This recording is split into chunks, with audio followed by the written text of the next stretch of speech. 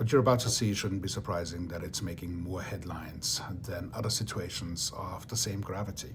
This was posted on IG by The Guardian about a Canadian citizen who had a valid work visa and, upon entry to the United States, was still detained by the US Gestapo forces. Subsequently, she was pushed around a number of private prison cells across the United States with really no opportunity to engage, even though she did have the money to pay her own way back to Canada.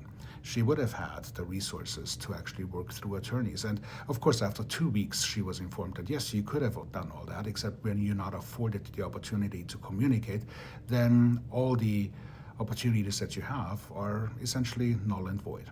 But that's the fate of a white woman that now, of course, is making headlines. This is one such example that we get to hear about. But there are thousands upon thousands of examples that we do not get to hear about. And frequently, what they have in common is a different skin color, perhaps a different belief system, a different country of origin. The only ones that are hard at work are the American Gestapo forces in conjunction with the American private prison system. That's where we are in the United States. We might be thinking that this is an isolated incident, but if you are thinking that, I'm going to have to ask you to think again, because we've seen this once again before.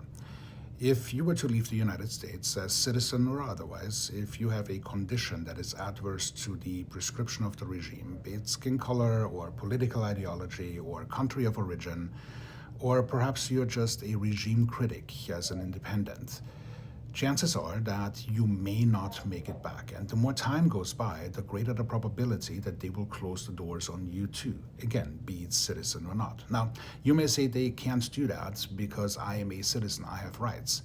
Well, clearly, rights are being disregarded.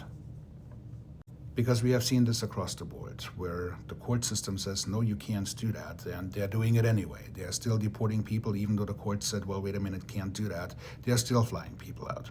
They're still not letting people in. They're still detaining people, and there's very little, if any, oversight at all. These are private prison systems, and they're in cahoots with those who actually are really happy to execute or who do not fulfill the stipulations of that which the regime expects. And that's going to be the going rate for the next number of years. And can we change that? Well, technically, yes. Practically, I don't think we have the unity to do so.